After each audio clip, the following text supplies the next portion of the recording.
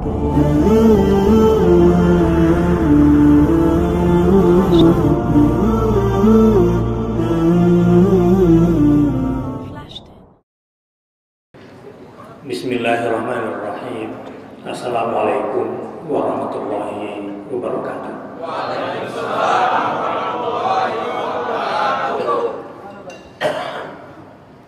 Alhamdulillahil karimir rahman, 'allamal Qur'an, khalaqal insana 'allamahul bayan.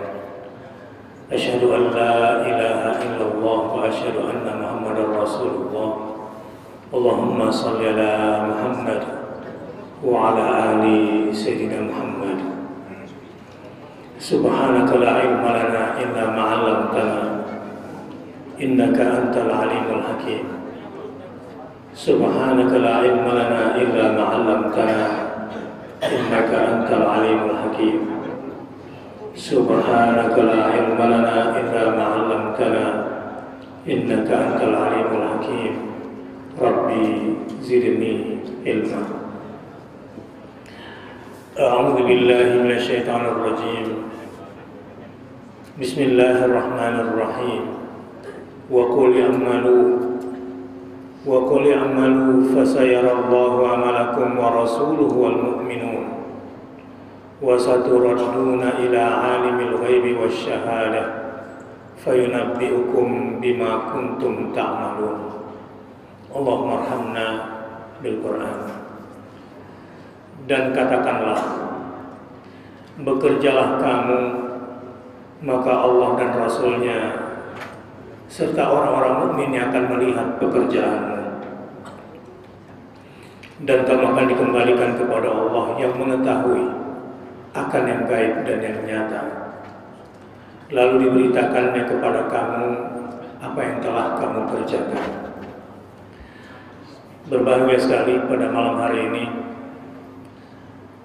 para pejuang tegaknya ekonomi syariah, khususnya di bidang perbankan. Mudah-mudahan lembaga BRI Syariah menjadi jembatan surga kita semua. Bagaimana cara kita hidup, begitulah nanti kita akan dikembalikan. Karena saya nggak mungkin makan di depan, taruh saja di situ. Ya, kasih pada direksi aja yang ada, karena nggak mungkin sambil makan. Jadi saya sedekahkan.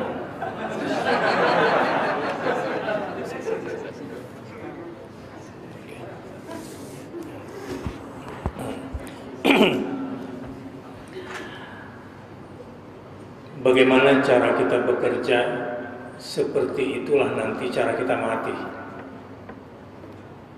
Kemungkinan besar teman Anda di surga atau neraka yang ini lagi.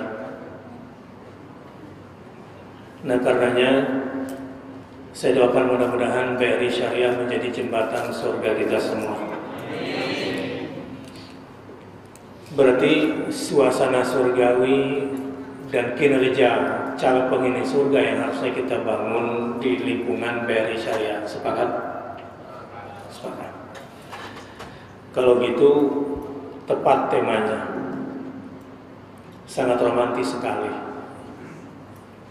dalam dekapan Al-Quran. Dan bulan Ramadan adalah saat tepat untuk pembentukan jiwa-jiwa yang menginginkan suasana surgawi selalu di kantor, di rumah, di masyarakat, dan di mana saja. Kinerjanya para calon penghuni surga di BRI Syariah ini hanya ingin dinilai oleh Allah, Rasul-Nya, dan orang-orang beriman. Output dari pekerjaan calon-calon penghuni surga di BRI Syariah ini adalah ingin mendapatkan kemuliaan di akhirat dan tentunya berlimpah ridho dari Allah Subhanahu wa Ta'ala. Kalau memang itu yang menjadi tujuan, maka tepat rasanya mabit malam hari ini yang dihadiri oleh orang-orang yang saleh dan salihah. Dan saya kira seharusnya BRI Syariah harus leading di antara bank-bank syariah lainnya.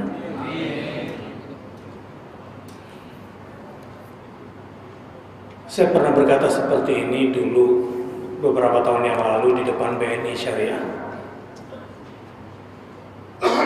Pernah. Sampai beberapa kali saya terlibat, bahkan sampai berdiskusi dengan para direksi. Dan terakhir saya juga banyak berkomunikasi. Alhamdulillah, kalau dari sisi laba rugi Bank BNI sementara ini memang syariahnya ya, di antara bank syariah yang lainnya. Tetapi BRI Syariah sebetulnya punya potensi dan kelebihannya sendiri di hati umat. Nah, tentunya bapak-bapak dan ibu-ibu lebih tahu daripada saya. Tapi mudah-mudahan apa yang akan saya sampaikan pada malam hari ini dengan izin Allah Subhanahu wa taala dan keberkahan bulan suci Ramadan 2016, BRI Syariah lah yang terdepan. Baik secara kinerja, laba rugi, dan tentunya di aset. Ini yang harus kita lakukan pertama kali. Pondasi dasarnya. Ya, pondasi dasarnya. Tapi bukan berarti kemudian kita selalu menjadikan yang lain sebagai kompetitor, tidak. Saya kira semua bank-bank syariah adalah sekumpulan hamba-hamba Allah yang menginginkan kebaikan untuk negeri ini dan demi tegaknya syariat di bidang ekonomi agar umat mendapatkan keberkahan. A'udzu billahi minasyaitonir rajim. Mari masuk dan hempaskan diri dalam dekapan Al-Quranul Karim. Insya Allah malam hari ini menjadi momentum besar bagi kita semua. Kalau satu, semua insan-insan BRI Syariah pada malam hari ini sudah bergelora jiwanya saat menjelang Ramadan, bergelora untuk ingin sekali mendapatkan ampunan atas dosa-dosanya. Dialah orang yang paling berbahagia. Orang yang bakal sukses nanti di bulan suci Ramadan adalah orang yang di bulan Sya'bannya sudah bergelora hatinya untuk mendapatkan cinta dan ridhonya Allah Subhanahu wa ta'ala. Orang-orang yang akan sukses di bulan suci Ramadan nanti adalah orang yang pada hari ini sudah menata hatinya, menata pikirannya, menata waktunya, menata pekerjaannya agar bekerja sesuai dengan ritme Ramadan, bukan dengan ritme di luar Ramadan. Sebetulnya orang-orang yang kurang bagus manajemen waktunya, kalau kinerja Ramadannya tidak menyesuaikan diri dengan waktu yang sudah Allah atur di bulan Ramadan.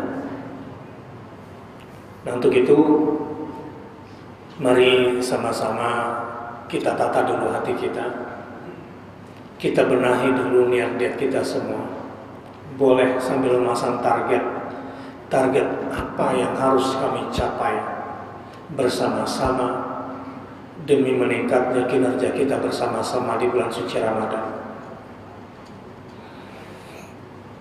Saya ingin gambarkan dulu satu hadis Nabi Sallallahu Alaihi Wasallam yang menjadi dua target utama dulu. Dan ini sangat erat kaitannya dengan mabit malam hari ini dan rencana kinerja ke depan. Hadis sahih dari Abi Hurairah, saya kira masyhur hadisnya, la hasada illa fi ithnataini. Tidak boleh iri kecuali di dua tempat. Maknanya apa? berkompetisi di dua tempat ini adalah kompetisi yang mulia. Dan ini, dua kriteria ini akan menjadi ukuran kualitas atau indeks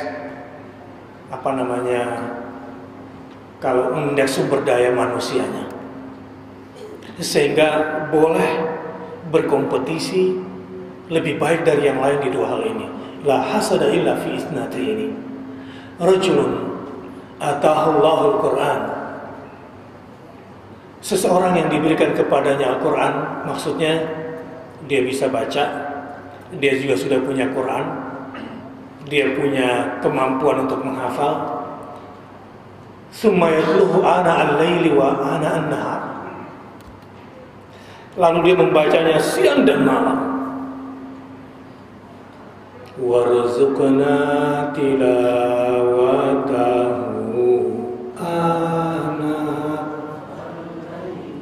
wa atrafan nahar.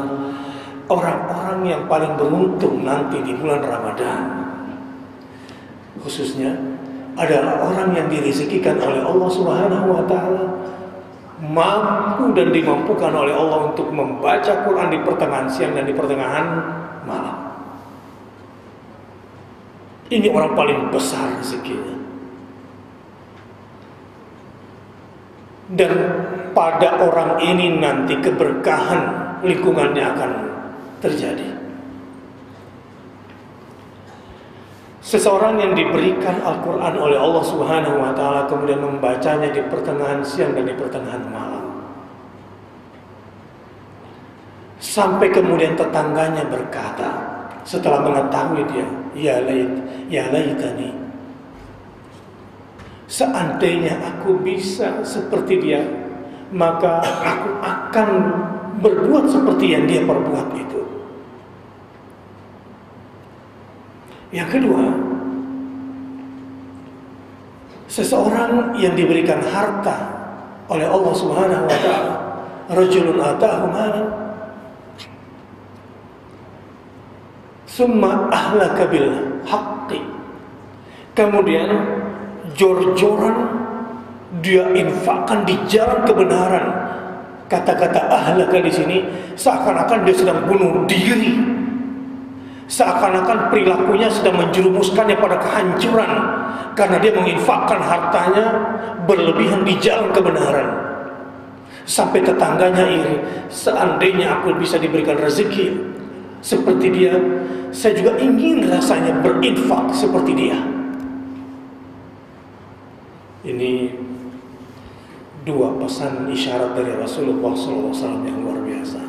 Pertama soal membaca Quran siang dan malam, yang kedua soal berinfak.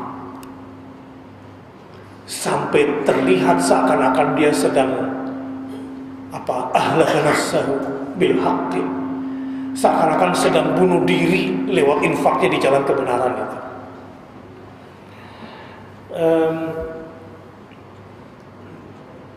Bagaimana Anda akan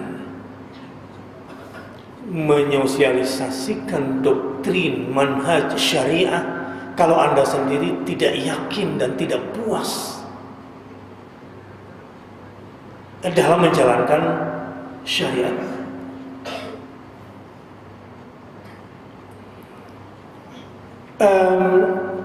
Kenapa konsisten di bawah 5%? Ada apa sesungguhnya? Ini sejujurnya juga menjadi kegelisahan saya. Saya melihat pertumbuhan ekonomi syariah yang konsisten di bawah 5 ini. Terus terang sayalah orang yang merasa paling bersalah. Kenapa ini bisa terjadi? Dan termasuk saya lah yang harus berpikir keras, mencarikan jalan bagaimana ini bisa menembus, dan seharusnya lebih bagus daripada konvensional. What's wrong? Mudah-mudahan dua pendekatan hadis tadi dilaksanakan oleh setiap insan-insan dari syariah ini. Yang pertama apa?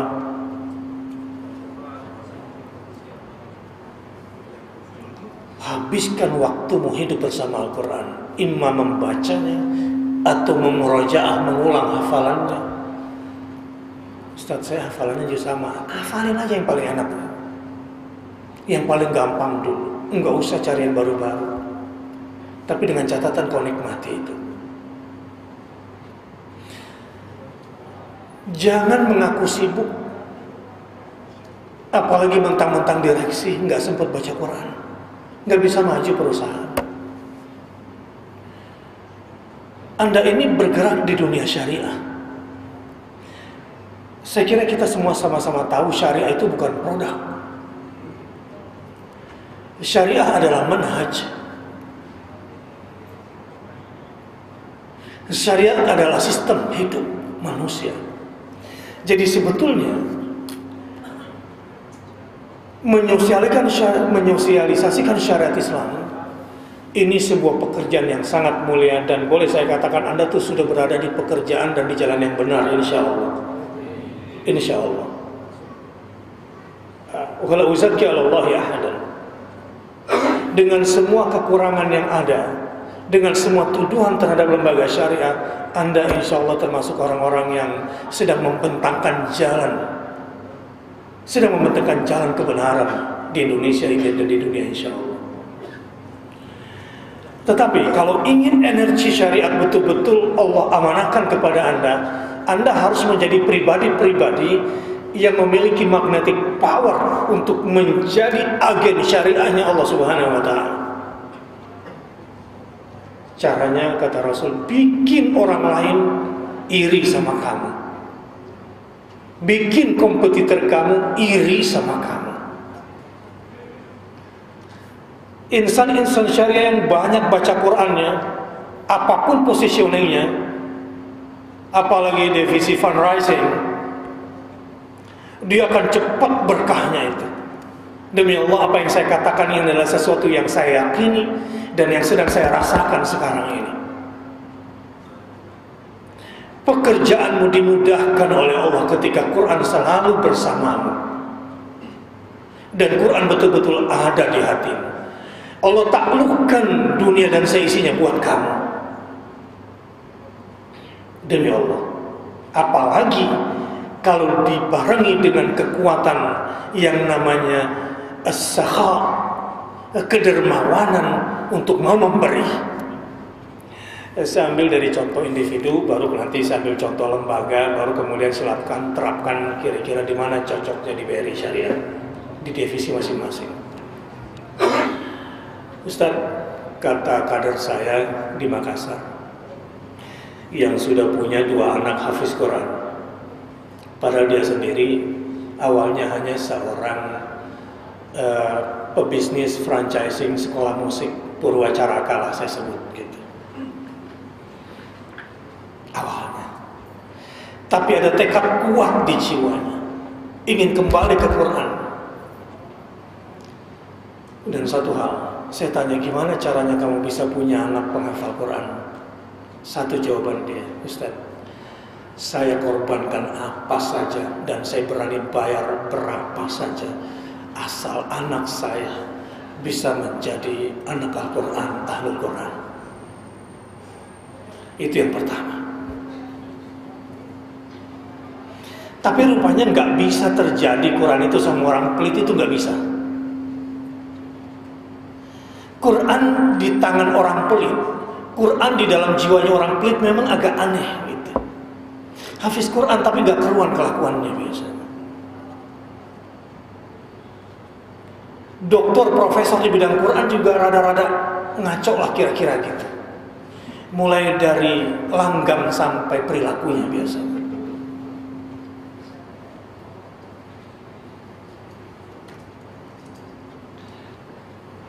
Lalu dengan izin Allah, ketika dia berani berbuat untuk Al-Quran dan dia berani mengeluarkan apa saja demi Al-Quran di keluarganya, sampai anaknya yang kedua juga sudah hafal Quran, kedua dia belum tamat SD, Allah tunjukkan jalan sama dia. Padahal pada puncak bisnisnya yang bagus dia harus tinggalkan. Saya harus mencari yang halal. Saya harus mencari yang halal. Enggak boleh pekerjaan saya bertentangan dengan Quran yang saya perjuangkan untuk anak saya. Mulailah berdagang satu produk, jualan Quran beneran, Quran pena. Tapi niat dia jualan, mengamalkan Quran lagi. Wala tamnun tastakthir. Berjualan Quran tapi dengan cara berpikir Quran. Bukan bagaimana meningkatkan omset untuk aset pribadi, tetapi bagaimana caranya saya bisa memberi lebih banyak lagi. Ini penting. Dan saya berharap nanti force team lapangannya BRI Syariah ini bisa kuat nanti di lapangan. Tahun 2013 dia bilang sama saya begini, Ustaz, 2013 ini infak saya baru 450 juta. Doain Ustaz 2014 saya bisa infak 1 miliar. Padahal hanya seorang penjual satu produk Quran pena itu. Dan ingat, orientasi orang berquran dan bersyariah itu bukan profit oriented, memperkaya diri yang mindsetnya kayak mindset konven, enggak. Jadi persoalan terbesar adalah ketika dia bergerak di dunia syariah tapi otaknya otak konven. Ini biasanya rada-rada, contohnya begini. Saya punya duit nggak ya? Ya, ada.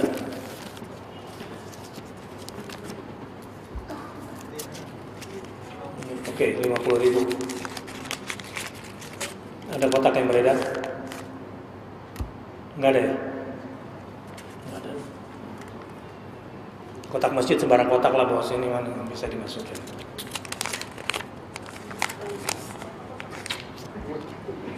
Ya.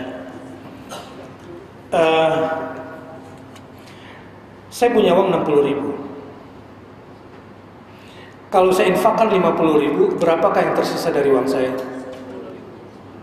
10.000 menurut ideologi apa? Kapitalis. Kalau menurut ideologi syariah, berapakah uang saya?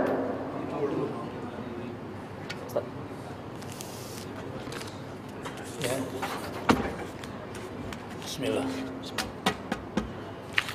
Kalau saya berinfak 50.000, taruh di situ, nggak usah diajarin lagi, udah di sini saja. Secara syariat berapakah sisa uang saya?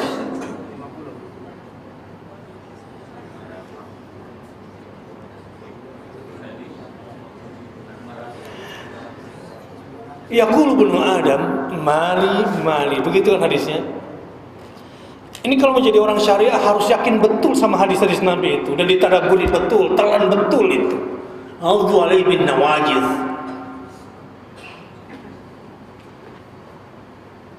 Kalau ingin betul-betul total, dan sebaiknya total, jangan menjalani sesuatu yang kamu sendiri gak sungguh-sungguh menjalaninya, ngabisin umur. Tidak usah merencanakan sesuatu yang kamu sendiri tidak sungguh-sungguh ingin mengerjakannya. Wa qul i'malu, perintahnya gitu. Katakan Muhammad, bekerjalah. Tapi ingat, kinerja insan-insan syariah itu hanya mengandalkan penilaian Allah, Rasulnya, dan orang-orang beriman. Artinya, kamu harus paham dulu ilmunya Allah untuk mendapat penilaian dari Allah Subhanahu wa ta'ala.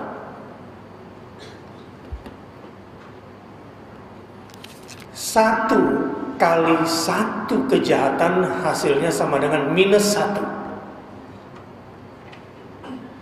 Satu kali satu perbuatan kemanusiaan tanpa lillahi ta'ala dan akhirat oriented sama dengan plus satu. Satu dikali satu perbuatan yang lillahi ta'ala akhirat oriented sama dengan 10 minimal.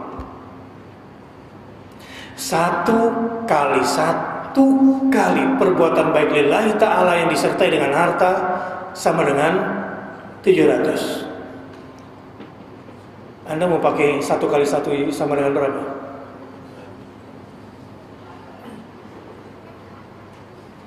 Ini soal pilihan kinerja. Mau pakai hitung-hitungan orang miskin atau gaya orang kaya nih hitung-hitungannya?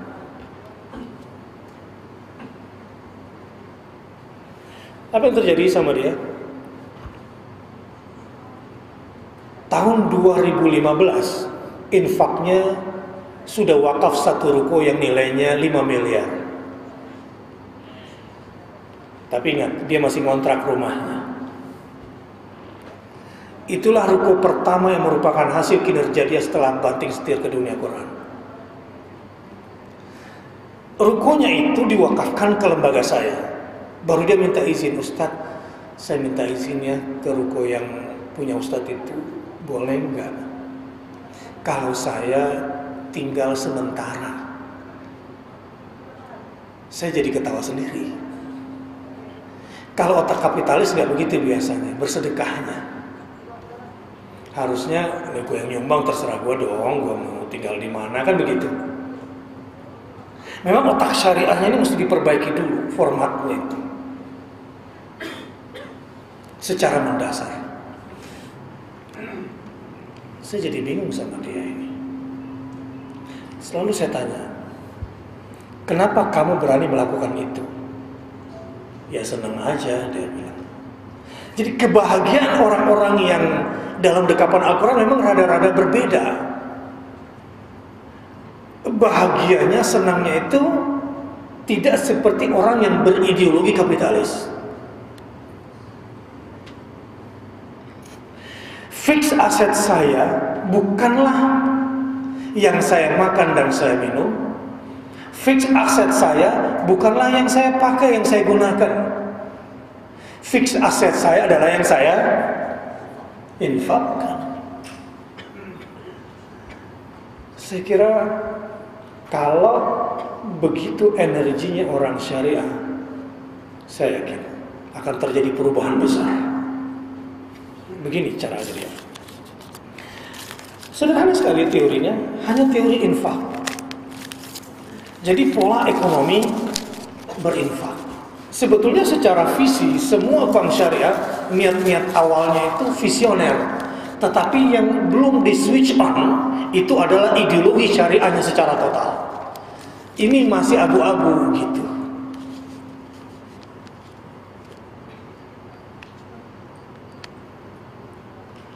Nah, pada malam hari ini menjadi tugas saya untuk mengatakan, coba mulai malam hari ini, kalau ingin meningkat kinerjanya baik secara individu maupun secara jamaah, udah mulai hari ini jadikan Allah, Rasulnya, dan orang-orang beriman sebagai standar penilaianmu dulu. Dan ingat, wasaturadduna ila alimil ghaibi wasyahadah.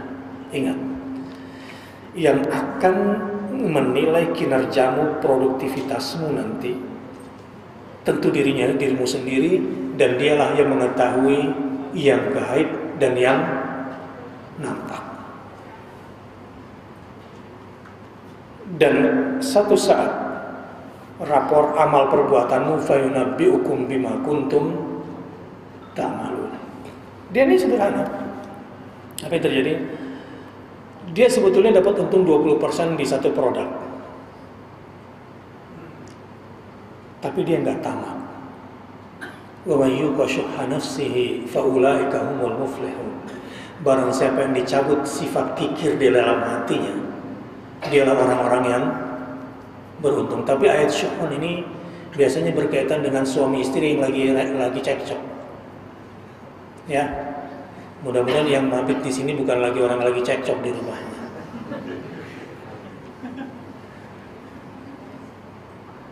Karena insan-insan syariah itu kesuksesannya pertama tidak diukur dari kinerja kantornya dulu. Dia ingin sukses di hadapan Allah dulu, ingin sukses di hadapan Rasulullah dulu, ingin sukses di hadapan keluarganya, ingin sukses di hadapan orang beriman, baru ingin sukses di kantornya. Karena saya pernah dapatkan di sebuah perusahaan yang terkenal di Indonesia ini, bagus sekali sumber daya insaninya. Lalu saya coba cari tahu, ketika saya juga termasuk sering diundang ceramah ke sana beberapa, lebih 10 tahun yang lalu. Best of the best employee this year di perusahaan yang paling terkenal pembinaan SDM-nya, seorang perempuan. Best of the bestnya. Ternyata lakinya kemana, bininya kemana. Kinerjanya di perusahaan yang tinggi kelihatannya, tapi tidak memberikan keberkahan karena anaknya juga nggak jelas kemana-mana, rumah tangganya juga nggak jelas kemana arahnya.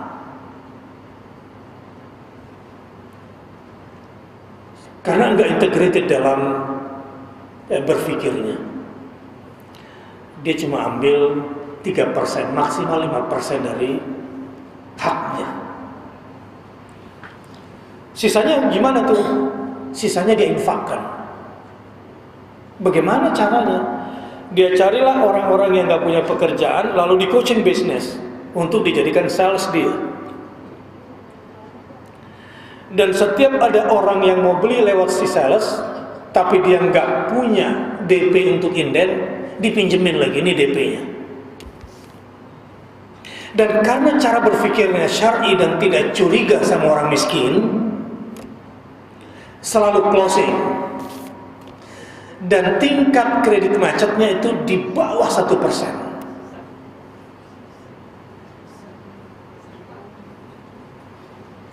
Bagaimana produkmu akan laku kalau hatimu sendiri penuh dengan curiga? Tidak yakin kepada Allah dan Rasulnya. Pola itu yang coba dia kembangkan hanya ekonomi infak. Dan dia dapatkan itu dari saya. Tapi tipe pribadinya memang dia seorang climber, pemanjat gunung. Ya, saya senang dengan orang yang suka manjat gunung, kerjanya camping terus. Tapi ada yang pintar, ada yang nggak normal gitu. Saya tanya sama dia dulu sebelum saya switch ke syariat, ke Quran. Baru cuma modal tekad. Apa cita-cita besar kamu? Saya berniat Ustaz untuk mendaki Seven Summit. Saya bercita-cita ingin mendaki 7 gunung tertinggi di dunia. Oh, bagus dong. Terus kalau udah 7-7-nya lo daki, hebat gitu. Padahal di dalam Al-Quran, wasuyiratil jibalu fakanat saraba. Kaget dia ketika saya gambarkan. Satu saat gunung itu hanya fata morgana yang kamu anggap eksis tinggi hebat itu, yang kamu capek-capek mendakinya. Singkat cerita, saya bawa ke pemikirannya bahwa coba keinginan hebatmu itu kamu alokasikan untuk Islam. Wah, keren banget.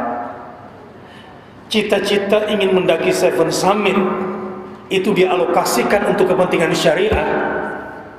Apa saja produk yang mau kamu jual dan kau jadikan sebagai modal utama untuk bangkit, dia betul-betul balik. Dia gunakan itu betul-betul untuk Islam niatnya. Salah satu teman ahli tafsir curhat ke saya, Ustaz, satu hari saya didatangi oleh penjual produk syariah pakai rok mini ke rumah. Pak, saya punya produk syariah nih Pak, gitu. Si ahli tafsir ini bilang, ya Allah, inna lillahi wa inna ilaihi raji'un. La haula wa la quwwata illa billah. Dia pikir syariah itu produk gitu. Ini Pak, ini syariah nih Pak, halal gitu. Halal sih, tapi yang di depan ini kok nggak halal.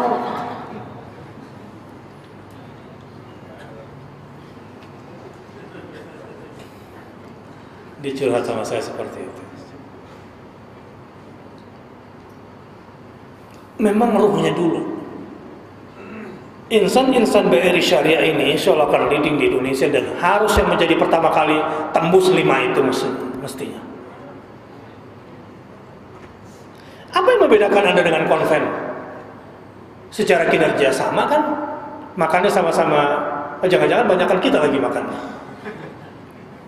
Atau mungkin karena kebanyakan makan barangkali gitu ya. Apa yang membedakan? Regulasi gitu ya biasanya. Ya namanya juga dari bus yang sebelumnya US ya susah lah, kita nggak mungkin lah ngalahin orang tua. Harus berpikirnya memang out of the box, harus keluar dulu. Dan orientasinya adalah giving the best. Biarkan Allah, Rasulnya dan orang beriman yang menilai kamu. Dia betul-betul lakukan itu. Wala tamnun tastakthir. Dia tidak bekerja untuk kepentingan memperkaya diri.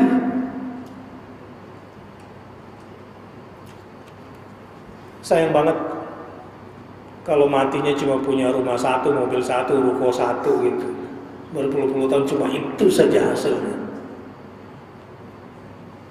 Sayang banget kalau tidak bisa memberikan bekas bahwa kita pernah hidup di dunia ini. Akhirnya dia mulailah berdagang, kemudian dia menikmati yang namanya pelayanan itu. Dia menikmati yang namanya service excellence itu. Dimulai dari hatinya. Jadi hati yang tulus ketika menyampaikan sesuatu nggak perlu capek-capek presentasi menjelaskan produk. Itu cepat closingnya.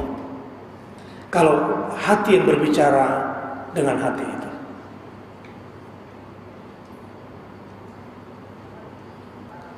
Dan betul-betul dia bekerja itu karena Allah, karena ingin penilaian Rasulnya dan ingin penilaian orang beriman. Sampai akhirnya tahun 2014 itu dia kemudian bisa mewakafkan ruko sebagai aset pertamanya dan dia numpang di situ. Dan keberhasilan dia tentu juga membina istri dan anaknya. Kita nggak bisa maju kalau sendirian. Saya doakan semoga insan-insan BRI Syariah bisa masuk surga sekeluarga. Udah tahu caranya bisa masuk surga sekeluarga? Ya. Itu judul kedua deh, nanti kita judul khusus. Mudah-mudahan kita bisa sampaikan nanti di Gelora Bung Karno malam 17 Ramadan.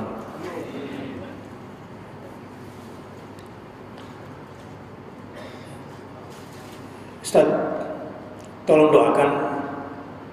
Kayaknya tahun depan omset saya harus 1 T.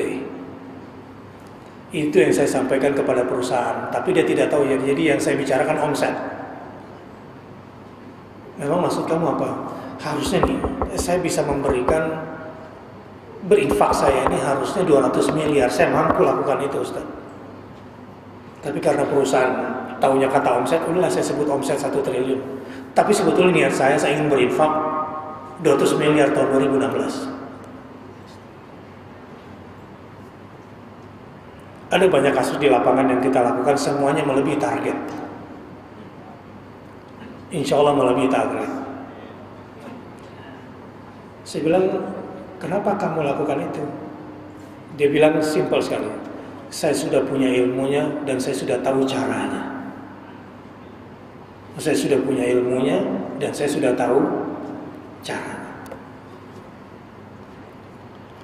Saya pernah diajak mancing oleh pemerintah daerah Painan, Sumatera Barat, di Pariaman, mancing ke Samudra Hindia.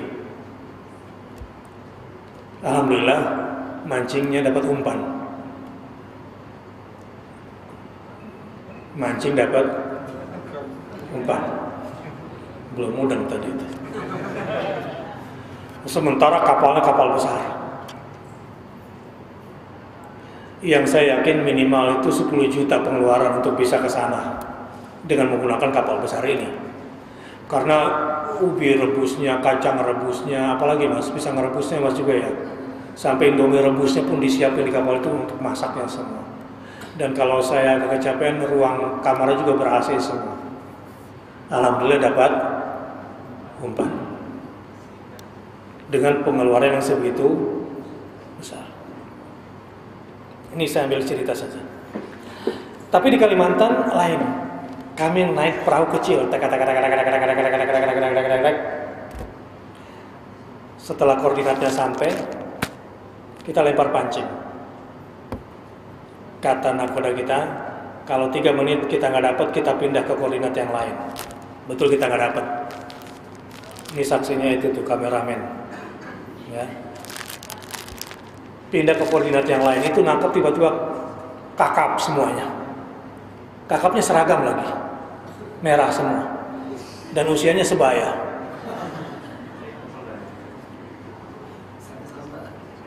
Gitu ya. Dengan biaya seadanya. Saya ingin katakan BRI Syariah dengan semua kemewahannya jangan sampai dapat umpan, maksud saya begitu. Tapi saya ingin beritahu kenapa dapat kakap tadi. Usianya seragam. Dia taruh rumpon dulu di bawah laut.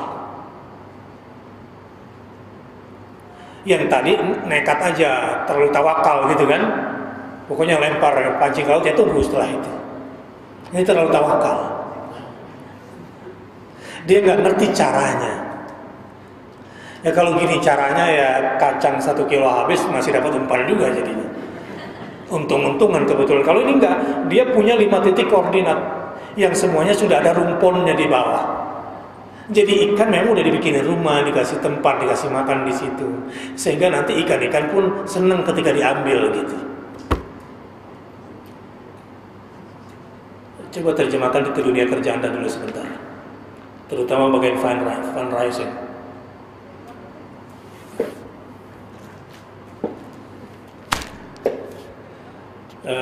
Siapa bagian fundraising di ruangan ini?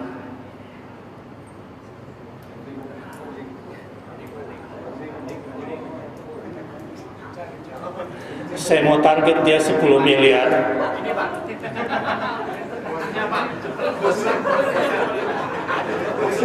Di sini ya.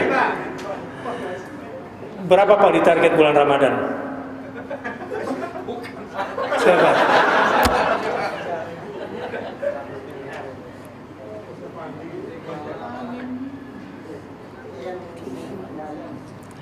Jadi karena dibikin rumpun di bawah, maka itu di-maintain, dilayani, dipuaskan dia dan komunitasnya. Jadi kita tuh mancing enak sekali, teng. Awalnya saya nggak percaya bahwa dia pernah mancing dapat 2 kintal, nggak pernah dia rasanya. Berapa orang? Saya cuma berenam, berapa? 2 kintal dari pagi sampai malam. Nggak percaya deh. Kapal kecil gitu. Setelah gue lihat pakai rumpun, ya iyalah kalau kayak gitu. Halal nggak? Halal. Nggak merusak terumbu karang. Si ikan juga senang. Silakan terjemahkan di dalam dunia kerja.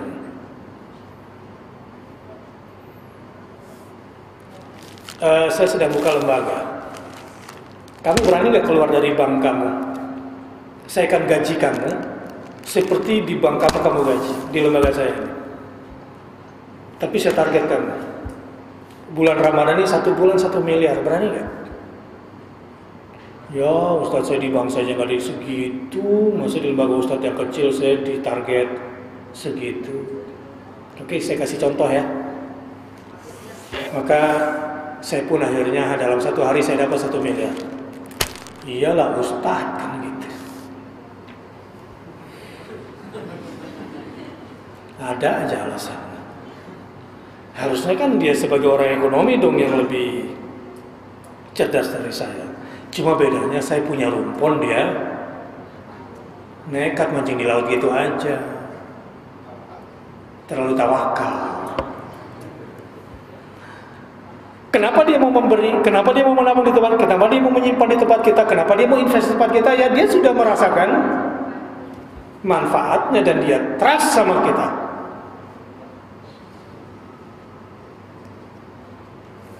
Udah saya bikinin acara, begini caranya. Ini ilmu terka-terka aja. Alhamdulillah dalam satu malam cuma 10 miliar kita dapat.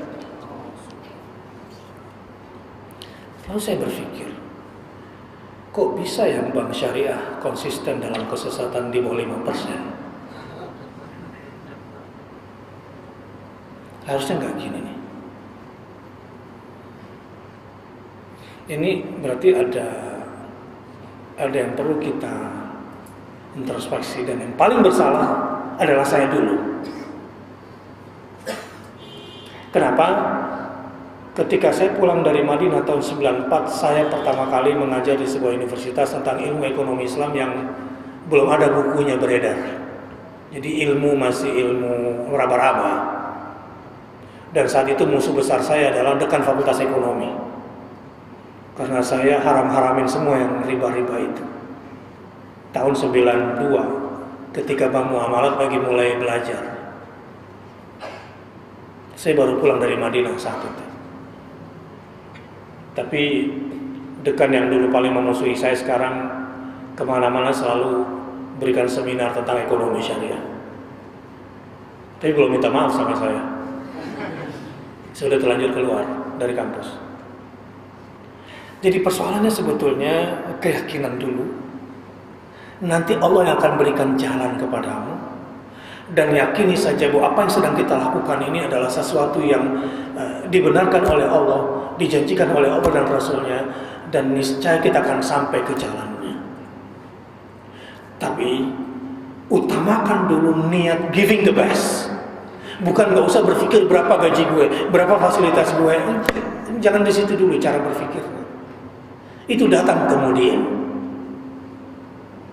Susah jadi orang syariah kalau ukurannya gajinya dulu semua yang dipikirin. Otaknya masih otak konven, ideologinya masih ideologi kapitalis.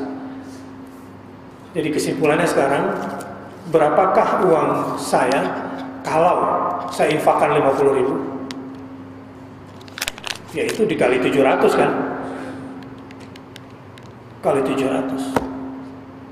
Tapi menurut saya, dalam tadabbur saya, ayat Al-Baqarah 261 itu masih ayat pedagang, dan itu dibenarkan dalam agama. Jadi orang yang berinfak di jalan Allah Subhanahu wa taala itu akan dibalas dengan 700 kali lipat. Jadi pertanyaannya sekarang, berapakah uang saya sesungguhnya? 50.000 kali 700 sama dengan 35 juta. Gitu ya? Nah, tambah 10. Sekarang saya mau tanya, mana yang fakta? Ini ujian Anda yang kedua. Yang fakta, yang realita, uang saya sebetulnya 10.000 atau 35 juta? Ini orang syariah harus tuntas dulu. Kalau di sini belum tuntas, kembali ke konven lagi nanti itu hitungannya. Balik lagi dia. Iya. Terutama direksi dulu yang mesti diperbaiki ideologi.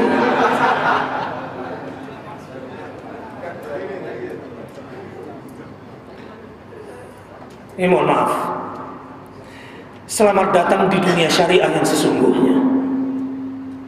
Bukan syariah sebagai sebuah produk. Saya ingin tanya sekali lagi dan yakinkan saya sebetulnya mana yang fakta, uang saya sesungguhnya 10.000 ini atau 35 juta. Yakinkan saya, di mana faktanya?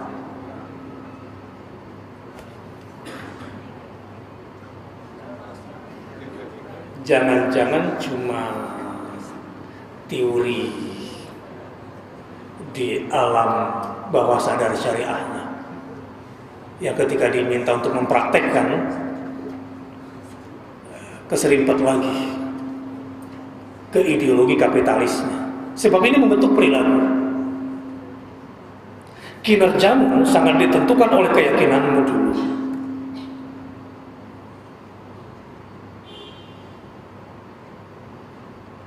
Saya punya lembaga di Tebet, masih ngontrak 1 miliar 5 tahun. Saya bayar. Pokoknya untuk ukuran yang terbaik lah gue bayar.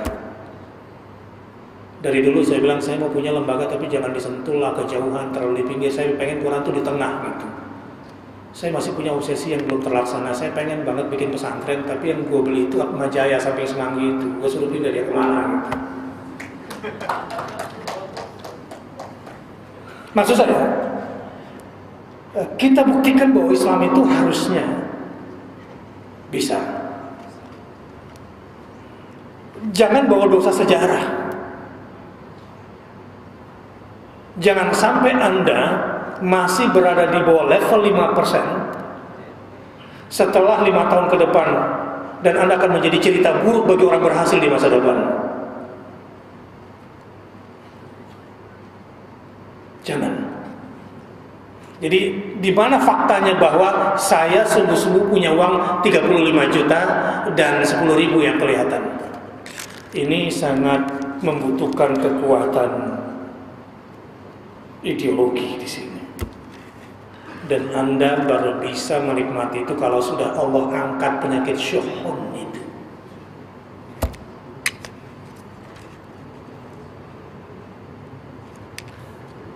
Keberanian untuk meyakini sesuatu yang paling realita menurut Allah, itulah puncak ilmu. Ilmu itu, hakikat sebuah ilmu dari sudut pandang syariah adalah sesuatu yang menghantar ilmu adalah pengetahuan yang membuat kamu memahami sesuatu sesuai dengan hakikatnya. Pengetahuan yang mengantarkan kamu mengenal sesuatu sesuai dengan hakikatnya.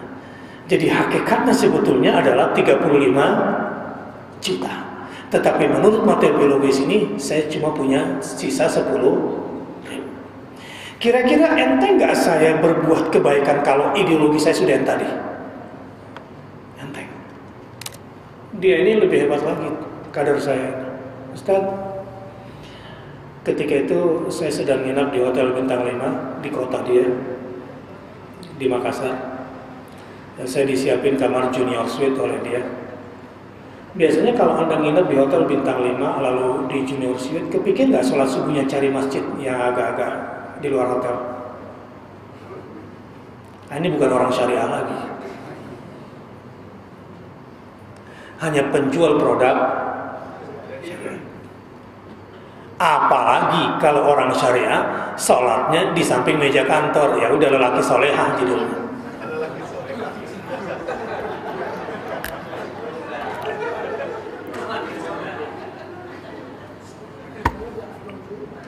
Lelaki solehah KW.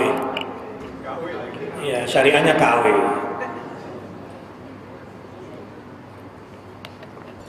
Karena pintu rezeki dimulai dari perbaikan sholat semuanya. A'udzubillahi minasyaitonirrajim. Wa'mur ahlaka bis-salati wastabir 'alaiha. La nas'aluka rizqa, nahnu narzuquk. Wal 'aqibatu lit-taqwa. Saya bacakan di surah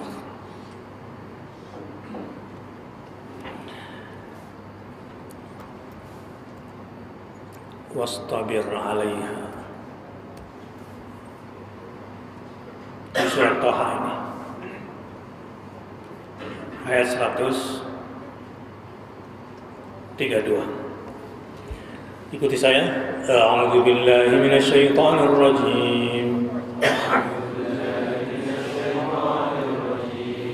Bismillahirrahmanirrahim.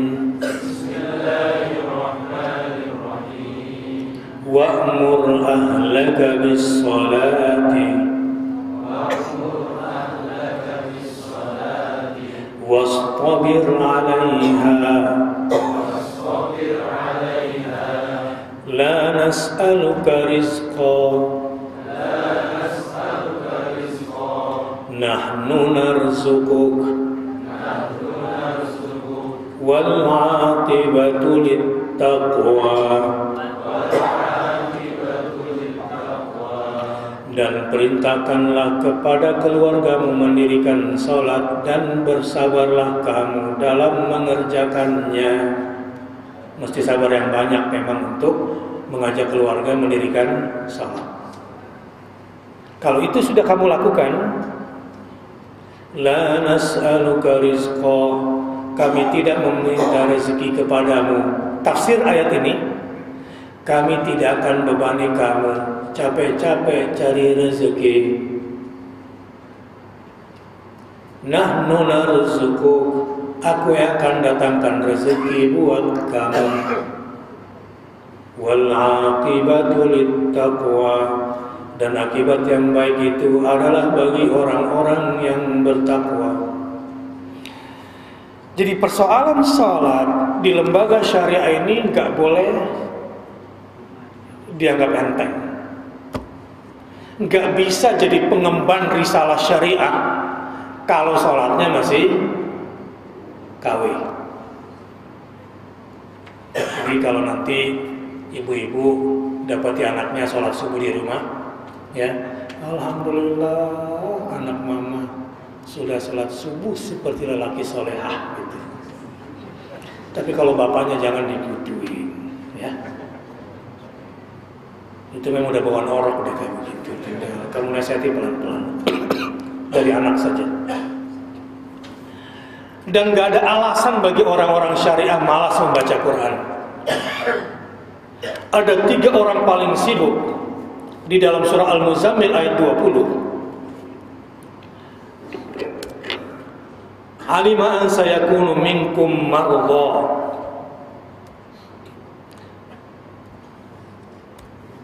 Karena hari ini dalam dekapan Al-Quran saya masih berbicara di wilayah ideologi dasar dulu.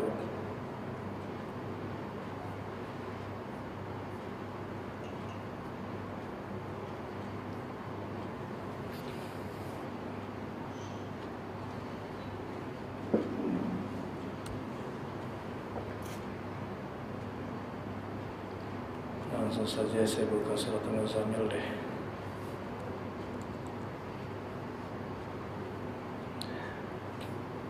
Mudah-mudahan surat Muzammil ini membuat kita tambah semangat, selalu betul-betul kembali kepada Quran, bukan cuma secara ritual tetapi juga secara fungsional, memahami ayat-ayat Al-Quran dan mengamalkan.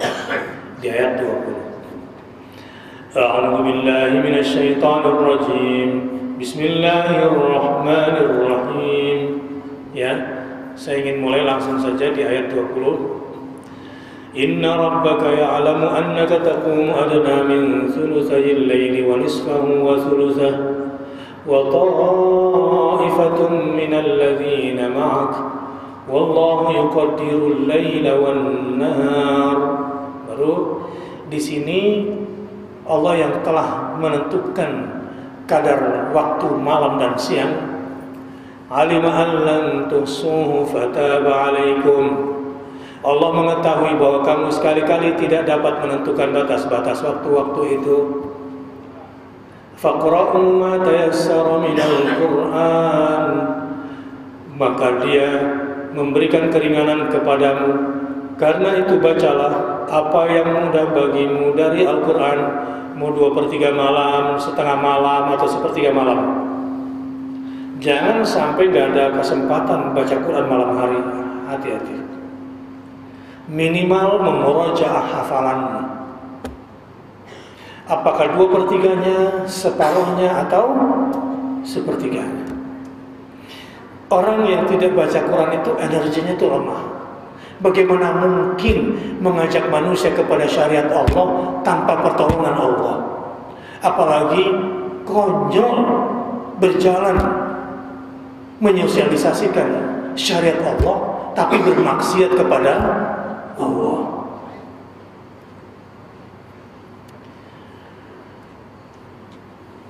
Alima an sayakunu minkum marda wa akharuna yadribuna fil ardi yabtaguna min fadlillah wa akharuna yuqatiluna fi sabilillah.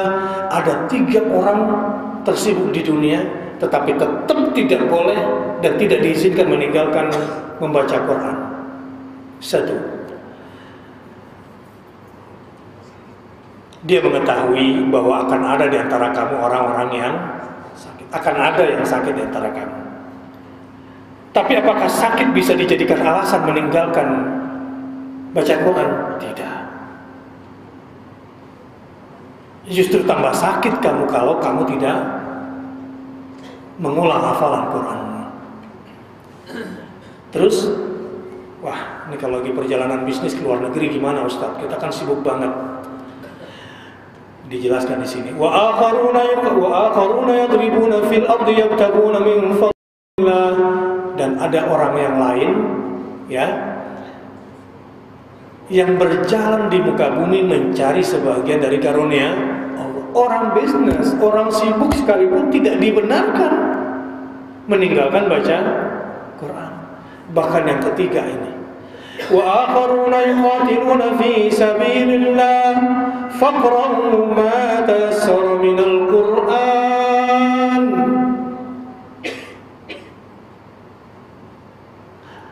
Dan orang-orang yang lain lagi yang berperang di jalan Allah, maka bacalah Al-Quran. Jadi pada malam hari ini mudah-mudahan malam yang diberkahi untuk semua insan BRI Syariah.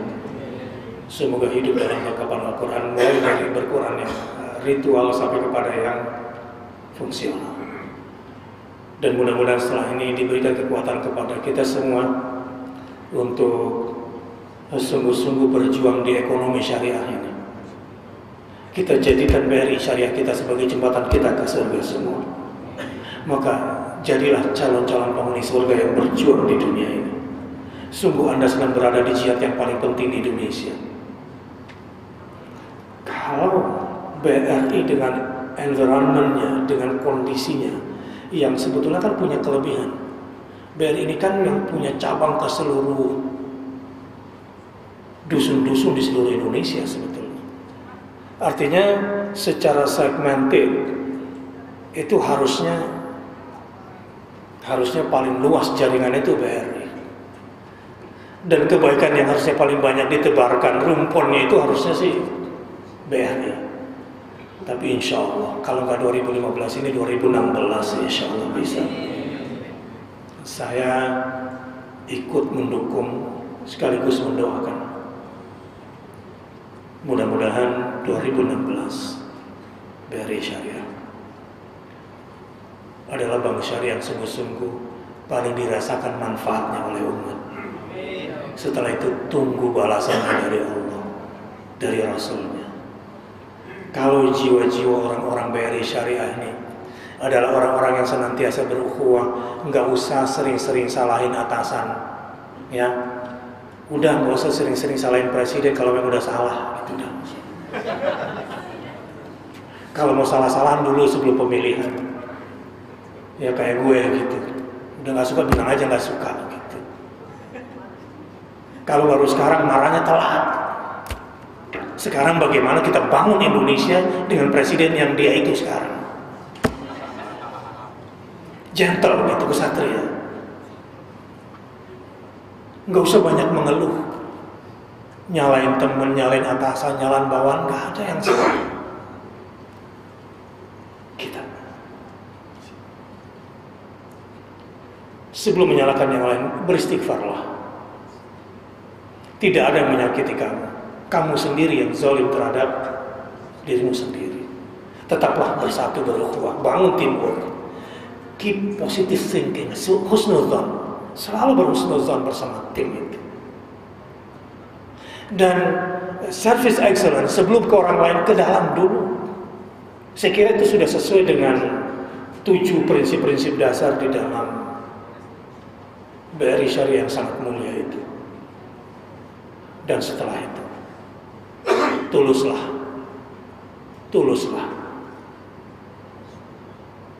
Setelah itu akan datang kepada kamu orang-orang terbaik. Ada seorang senior vice president di sebuah bank swasta yang dalam 1 bulan bisa mendatangkan duit 100 miliar. Dilala dia datang ke saya dan deklarasi keluar dari banknya, baru beratnya dia ngomong, saya akan ikut Ustadz Bakhtiar Nasir pula, bilang begitu. Dan saya akan declare pada bulan Juli nanti ke 12.000 nasabah saya yang kelas-kelas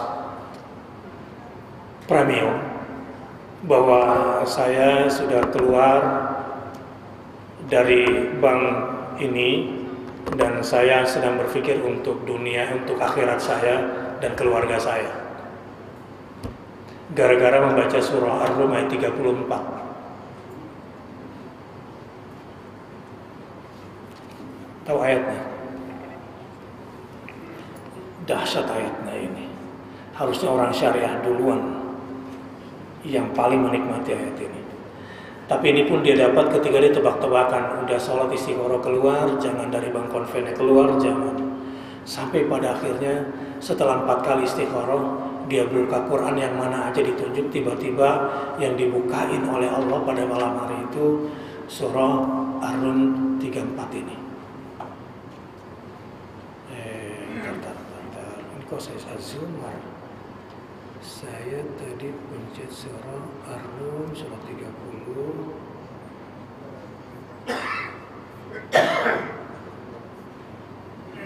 Ya, teori pertumbuhan dan teori stagnasi ekonomi. Kalau saya kelewatan lagi, saya kenapa gak sinar lagi? Wah, salah nih.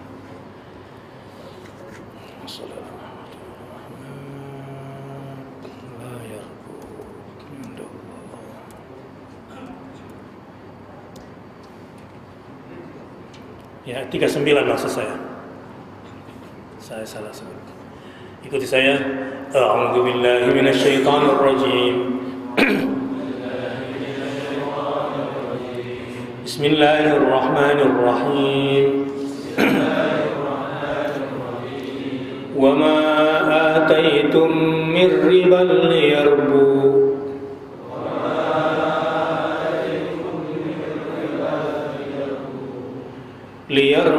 fi amwalin nasi fala yarbu 'inda Allah.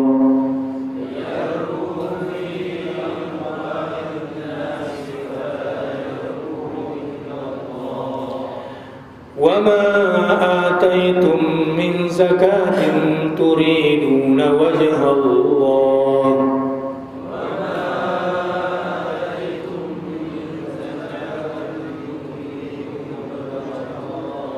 فَأُولَٰئِكَ هُمُ الْمُضْعِفُونَ.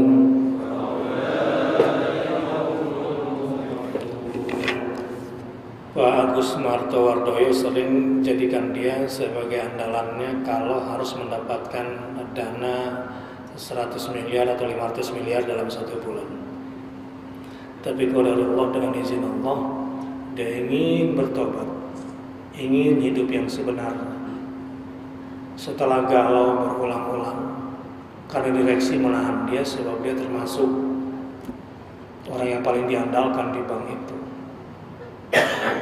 Tapi ketika membaca ayat ini, dan sesuatu riba atau tambahan yang kamu berikan agar dia bertambah pada harta manusia, wa ma ataitum min riban, riba tambahan bunga, yang kamu anggap dia bertambah pada harta manusia, maka riba itu tidak menambah pada sisi Allah.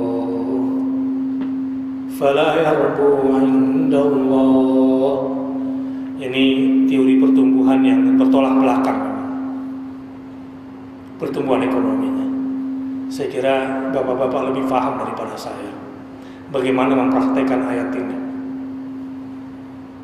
terutama dalam akuntansi ekonomi syariah. Kalau ideologi tentang ayat ini benar, insya Allah nanti diversifikasi produk. Force team di lapangan yang bekerja, insya Allah punya cara pandang yang berbeda dengan yang lain. dan apa yang kamu berikan berupa zakat yang kamu maksudkan untuk mencapai keridhaan Allah, maka yang berbuat demikian itulah orang-orang yang melipat gandakan pahalanya.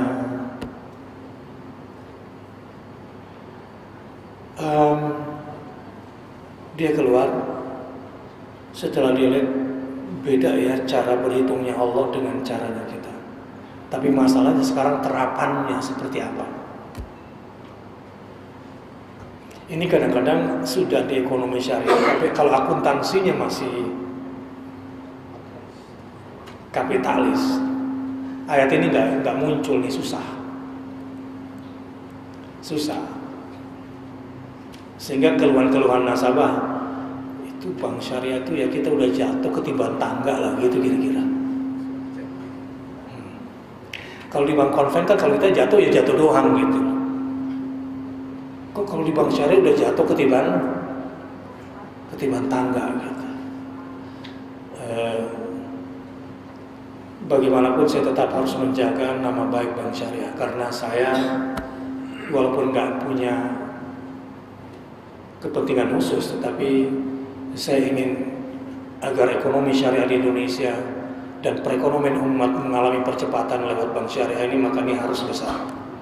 Makanya jiwa-jiwa orang di dalamnya juga harus orang yang berjiwa besar. Berhitungnya harus pakai logika syariah dulu. Selamat datang di dunia syariah yang sesungguhnya. Hadanallah wa iyyakum ajma'in. Assalamualaikum warahmatullahi wabarakatuh. Waalaikumsalam warahmatullahi wabarakatuh. Ustaz, saya Pak dari Trisudi. Terus tadi Ustaz menyampaikan tentang teori pertumbuhan. Saya tuh punya satu pertanyaan yang saya simpan lama ini.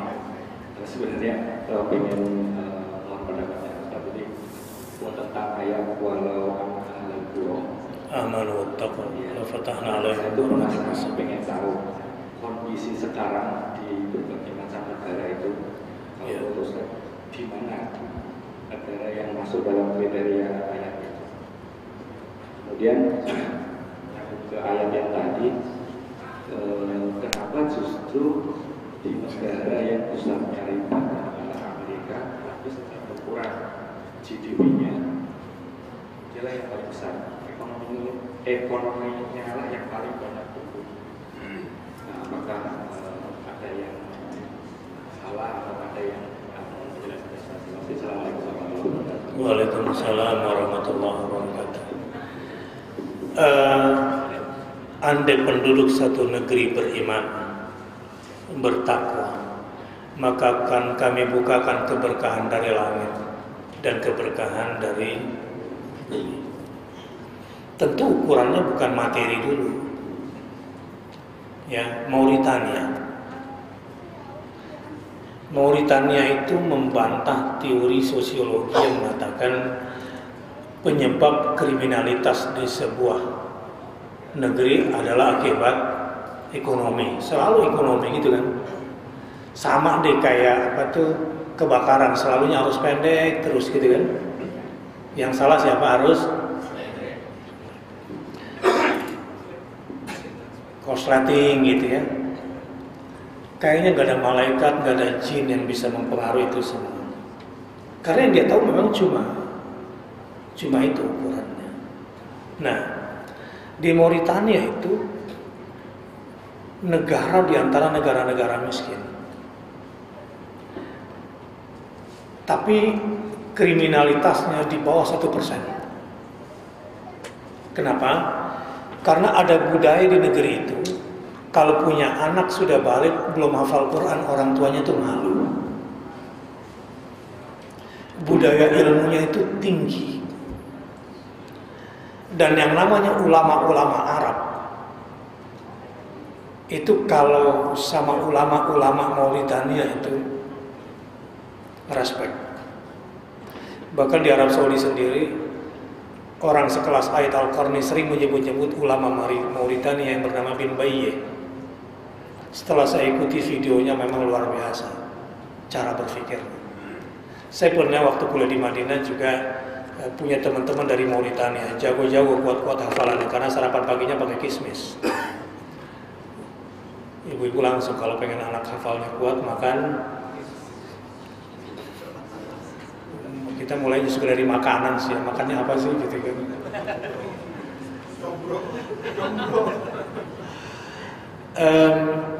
Jadi keberkahan dari langit, keberkahan dari bumi itu nggak mesti materi, tetapi baldatun thayyibatun wa rabbun ghafur, negeri yang tentram, negeri yang tumbuh subur, walau tidak kelihatan mentereng seperti Amerika yang disebutkan tadi. 1 menit aja mati lampu langsung kejahatan itu menyeruak kemana-mana. Tetapi kalaupun Amerika sekarang maju, ya karena banyak juga orang Islam di sana yang melakukan kebaikan secara profesional. Sekarang kan tiap tahun di Amerika 20.000 orang masuk Islam kan. Kita baru kedatangan tamu dari Amerika, Malik Mujahid namanya, berbicara soal Rohingya dan pembelaan terhadap Rohingya.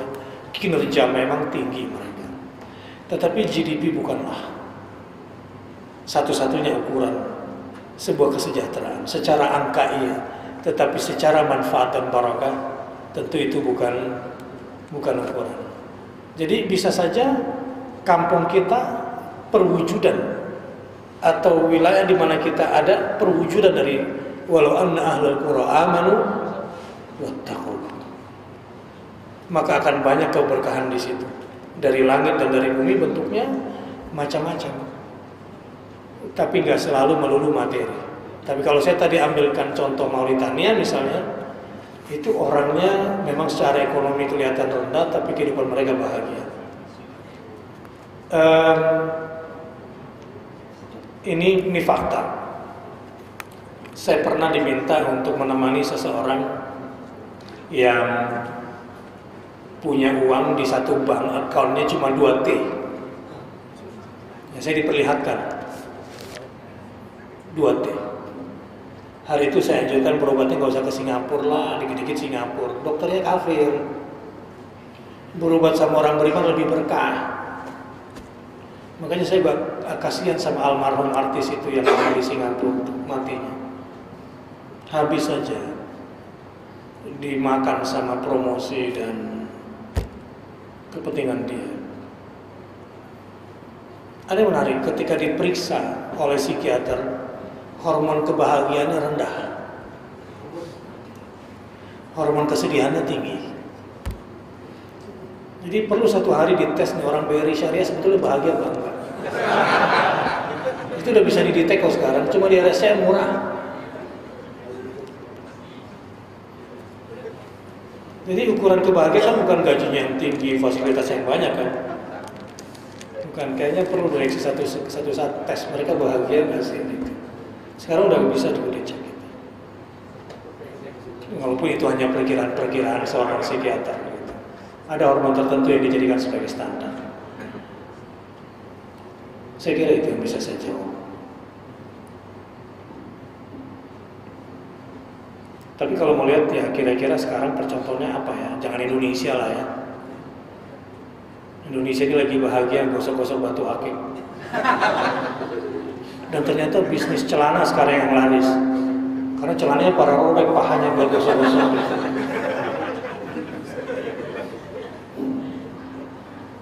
Jadi satu-satunya bisnis yang menarik selain batu akik adalah bisnis isu sekarang ini. Isu, misalnya yang berpuasa harus menghormati yang tidak puasa. Melemahnya rupiah banyak hikmahnya gitu kira-kira. Oke, ada yang lain silakan. Kami buka pertanyaan kedua. Mungkin dari akhwat untuk memberikan pertanyaan. Tahu orang untuk Pak Ranggo Mas Azhar biasanya memberikan pertanyaan menjawab belum? Ya, silakan kepada Bapak untuk maju ke depan. Satu lagi untuk Putri. Maaf, peserta dari akhwat belum ada yang menunjukkan tangannya. Silakan Bapak.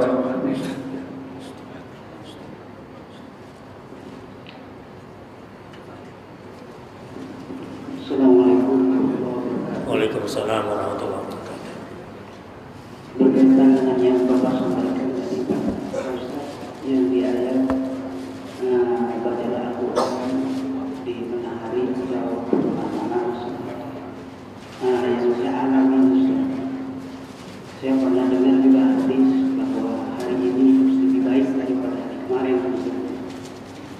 setelah saya mendengar saya merasakan bahwa dengan baca Al-Quran itu akan kesibukan ini. Jadi gimana ya saya barangkali antum bisa memberi apa yang kiranya membuat kita secara pribadi supaya semangat atau lebih semangat daripada ibadah. Dan yang kedua, Ustaz, saya mau nanya tentang hadis Ustaz. Maaf Ustaz, nggak berkaitan dengan materi dalam hadis. Saya dengar kalau Rasulullah SAW iman itu dia wa man bi akhirati anak kamu dari yang artinya bekerjalah kamu seakan-akan kamu itu hidup selamanya dan wa man bi akhirati dan bekerjalah untuk akhiratmu seakan-akan kamu mati besok. Nah, mohon penjelasannya habis itu Ustaz, karena saya agak ragu gitu apa seperti ini. Nah, saya dari Ketua Cabang Baik. Waalaikumsalam. Pertanyaan yang kedua nggak usah dipikirin, ya. Kalau kamu sendiri udah pusing kan? Karena itu bukan dari hadis dan nggak mungkin Rasulullah berkata seperti itu, nggak mungkin. Dan itu memang maudhu. Udah nggak usah dipikirin, lupain aja. Dan saya juga nggak perlu jawab karena itu bukan hadis. Ya, nanti kita tanya siapa yang ngarang itu. Nah, paling ini bagaimana caranya memotivasi diri agar semangat selalu membaca Al-Quran, gitu ya. Begini, ada banyak sih, tetapi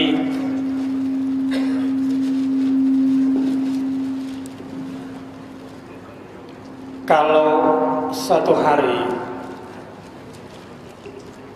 atau ada banyak nih, saya mau pilihkan buat kamu kira-kira apa yang memotivasi kamu. Begini, Al-Quran itu hablullahil matin. Al-Quran itu adalah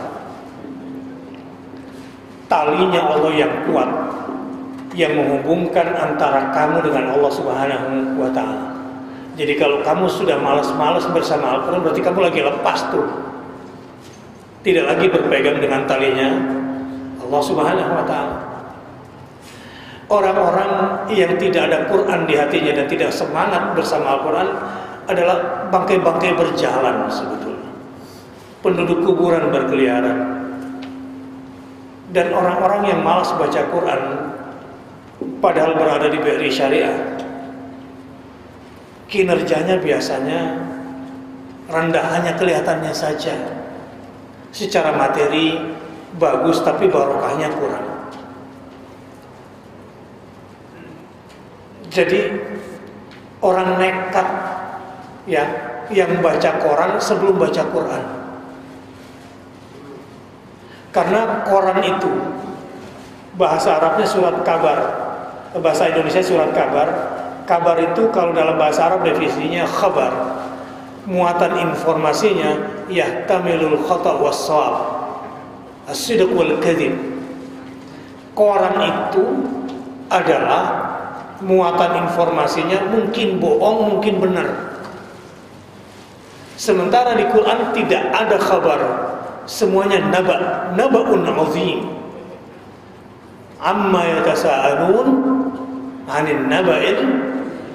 Yang ada di dalam Quran itu semua berita besar dan itu faktual dan selalu update bagi orang yang mentadabburinya. Apalagi sekarang musim-musimnya pengelabuan opini publik, hanya orang-orang yang terbiasa membaca surat Al-Kahfi di malam Jumat minimal 10 ayat yang gak gampang dibohongin oleh opini-opini publik. Dan hanya orang-orang yang suka membaca surat Al-Kahfi yang bisa terang menatap informasi dengan jelas dengan izin Allah kalau dia meyakini isi-isi yang ada di dalamnya itu. Saya punya teman, karena selama ini hafal surah Al-Mulk dan rajin dia baca. Satu hari dia digebukin oleh orang yang gak banyak-banyak banget, cuma 125 orang yang gebukin dia. Karena dia berdakwah. Ketika dia membaca surah Al-Mulk, semua yang pukul dia, tangannya kesakitan semua. Tapi saya jangan berharap kamu baca itu gara-gara ini ya. Al-Quran itu punya mukjizatnya sendiri pada setiap orang. Tergantung pada niat dan keyakinannya serta konsistensi untuk membacanya. Dan orang-orang yang paling berbahagia adalah orang-orang yang direzekikan bisa membaca Quran siang dan malam. Ya, saya doakan mudah-mudahan Anda termasuk yang tergolong itu, ya. Dan tidak ada hadis tuh berbuatlah untuk hari inimu lebih baik dari hari kemarinmu. Itu juga bukan hadis, itu cuma pepatah saja. Baik. Satu lagi.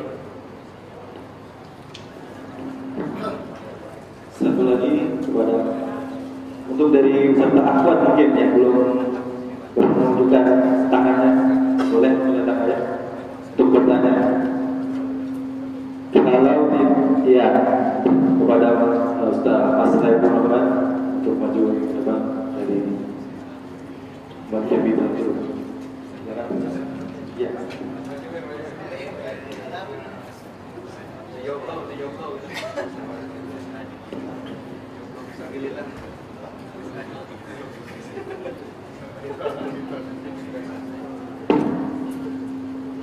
Assalamualaikum warahmatullahi wabarakatuh. Waalaikumsalam warahmatullahi wabarakatuh. Ustaz Fatia, Ya. mohon izin saya mau bertanya Pak. Saya Boleh. ayatnya cuma mohon dibantu nanti. Iya. Bismillahirrahmanirrahim. Bismillahirrahmanirrahim. Bagaimana rahmatullahi taala walaupun tafarraqu bi fawzil fa'atu min awli aqwamun wa syawirun fi Fatawakkal 'ala Allah. Allah Ya. Yang ingin saya tanyakan Ustaz, mengenai konsep musyawarah dalam Islam. Dalam menyelesaikan suatu problem itu mekanisme seperti apa saja? Kedua, faktor-faktor yang harus dimiliki oleh setiap orang yang bermusyawarah kira-kira seperti apa? Kemudian korelasi antara musyawarah dengan faedah adaptah atau kalau Allah, apakah memang dalam musyawarah betul harus berusaha keras atau memang hanya ayat yang terpisah? Baik. Mungkin bisa membantunya. Terima kasih. Assalamualaikum. Waalaikumsalam warahmatullahi wabarakatuh. Jadi saya jawabnya dari belakang. Ayatnya jelas sekali. Wa syawirhum fil amri fa idza azamta fatawakkal 'ala Allah. Kalau sudah bermusyawarah, sudah tawakallah. Maksudnya begini. Hadis Nabi SAW atau ini qaul, kalau saya jadi lupa. Ma khaba man istakhara wa ma nadima man istasyara. Tidak akan merugi orang yang keputusannya diambil setelah beristikharah, dan tidak akan menyesal orang yang keputusannya setelah bermusyawarah. Artinya begini, ketika kita sudah bermusyawarah dan hasilnya tidak sesuai yang kita inginkan, kamu sudah mengikuti SOP-nya Allah. Ya, SOP Allah itu musyawarah.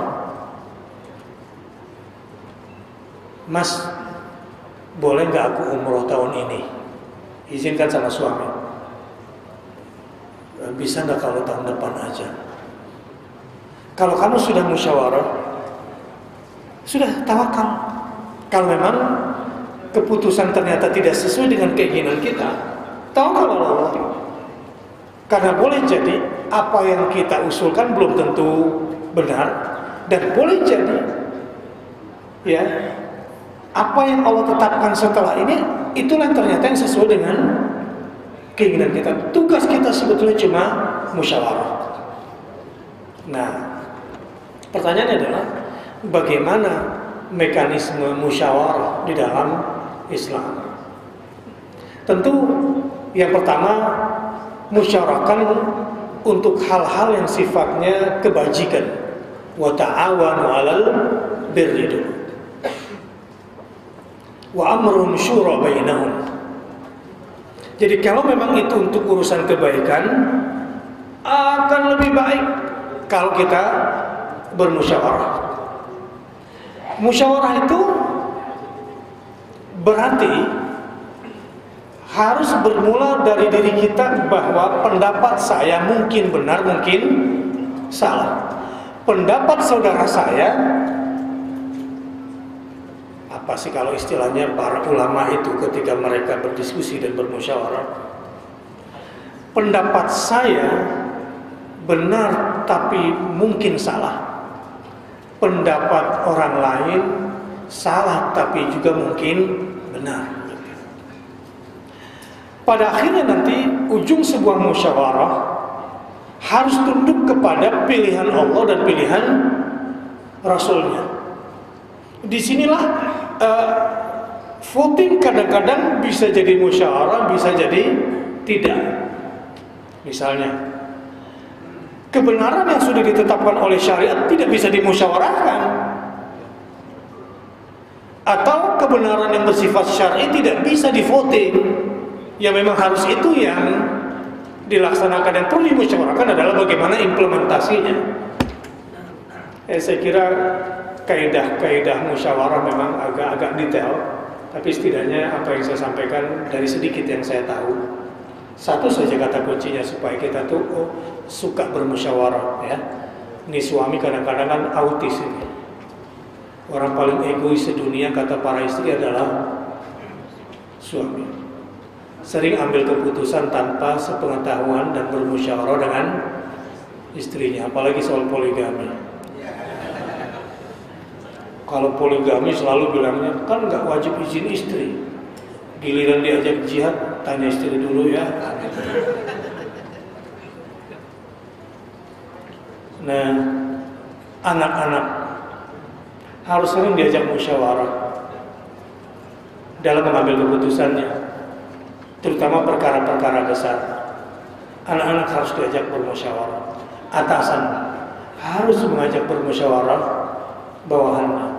Teman sejawat banyaklah bermusyawarah. Dan orang-orang yang bermusyawarah lalu mengambil keputusan, dia sudah mengikuti SOP-nya Allah Subhanahu wa taala di ayat ini. Hasilnya tawakal ala Allah.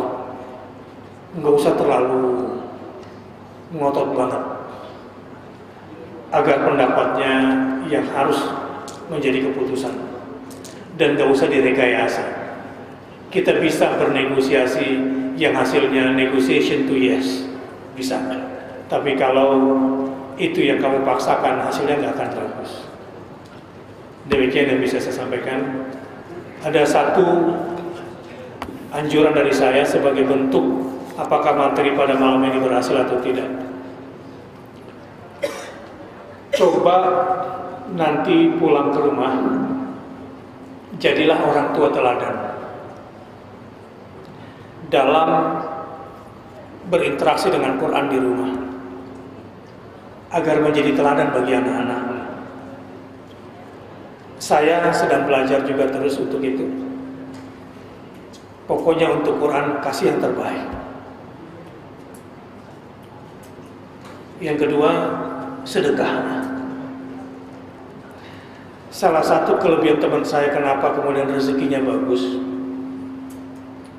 bukan cuma dia yang suka berinfak. Anaknya setiap habis sholat subuh wajib masukkan ke kotak-kotak masjid ini minimal Rp50.000. Dan sudah lama anaknya dibiasakan, sudah harus sedekah sebelum masuk pintu sekolah, berinfak setiap hari. Bulan Ramadan, persoalan terbesar kita kadang-kadang sudah banyak baca Qurannya tapi pelitnya masih jalan terus. Saya katakan tadi, Quran ini memang enggak sejalan dengan orang-orang yang pelit, susah diamalkan. Karena berinfak itu bagian daripada ilman bil ghaib. Saya ingin memberikan pendidikan baik pada diri saya sendiri dan kepada jamaah. Saya punya program ini, kali ini saya ajak orang BRI Syariah. Kalau orang BRI Syariah nyumbang ke dalam kan biasa, sekarang diajak nyumbang keluar, berinfak keluar. Mau nggak kalau saya ajak bertawasul dengan sedekah kita, dengan infak kita? Mudah-mudahan tahun ini saya dapat Lailatul Qadar dengan berinfak 100.000 setiap hari selama bulan Ramadan. Berani nggak kira-kira? Berani? Nggak ada ceritanya orang miskin gara-gara tadi saya udah bengong jelasin, giliran disuruh praktek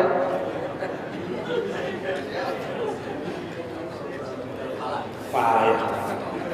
Saya kasih ayatnya. Memang kalau masih sering kesetanan kayak begini cara berpikir. Lihat, baca ayat ini. Baca ayat ini. Ini banyak nggak paham ayat ini. Ini banyak teori ekonomi yang kesetanan. A'udzubillahi minasyaitonir rajim. Asy-syaitanu ya'idukumul faqr wa ya'murukum bil fahsya'.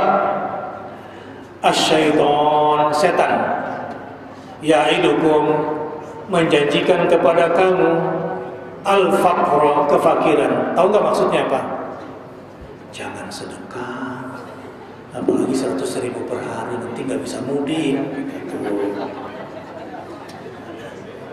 Buru-buru lu mau infak 100.000 per hari bulan Ramadan, gimana baju lebaran?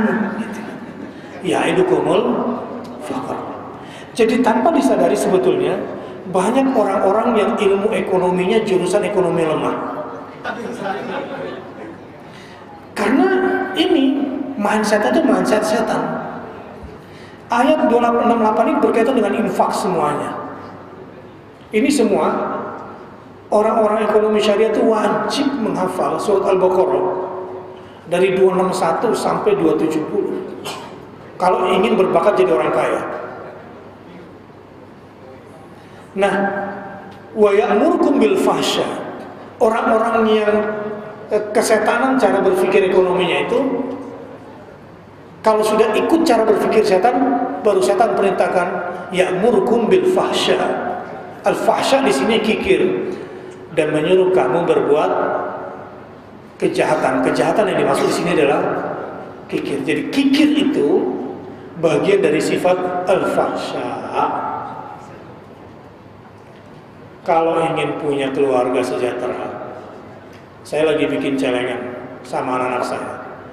Kalau kita kan biasanya celengan, tabung, nanti lebaran pecahin buat diri sendiri, itu nggak keren. Celeng tiap hari, kemudian infakkan di jalan Allah Subhanahu wa taala. Oh, itu baru keren. Baru naik kelas itu. Dan insya Allah nggak akan berkurang rezekinya. Ya, saya punya program di lembaga amil zakat kami. Bagi yang ingin ikutan, kami sangat berterima kasih sekali dan kami doakan mudah-mudahan diberkahi rezekinya dan keluarganya serta usahanya semua. Tapi kalau cuma sekali ini malam ini juga nggak apa-apa. Saya dapat pesan tadi banyak tim ada di luar, ya. Sekaligus saya jelaskan bagaimana cara memarketingkan produk dan harus berani memang closing. Dan jika ini partisipasi kepada kebaikan, gak usah takut. Dan tentu harus dimulai dari diri sendiri. Jadi kami punya produk infak 100.000 per hari selama bulan Ramadan. Dengan niat mudah-mudahan itu menjadi wasilah mendapatkan Lailatul Qadar. Selama ini mungkin tahajudnya sudah, ya, tilawahnya sudah, puasanya sudah, mungkin yang kurang adalah keberadaan infaknya yang belum. Nah, pada malam hari ini saya bukakan laudan amalnya buat kita semua untuk menjalankan kebaikan. Demikian, dan mohon maaf atas semua khilaf dan salah. Subhanakallahumma wa bihamdika asyhadu an la ilaha illa anta astaghfiruka wa atubu ilaik. Wassalamualaikum warahmatullahi wabarakatuh. Waalaikumsalam.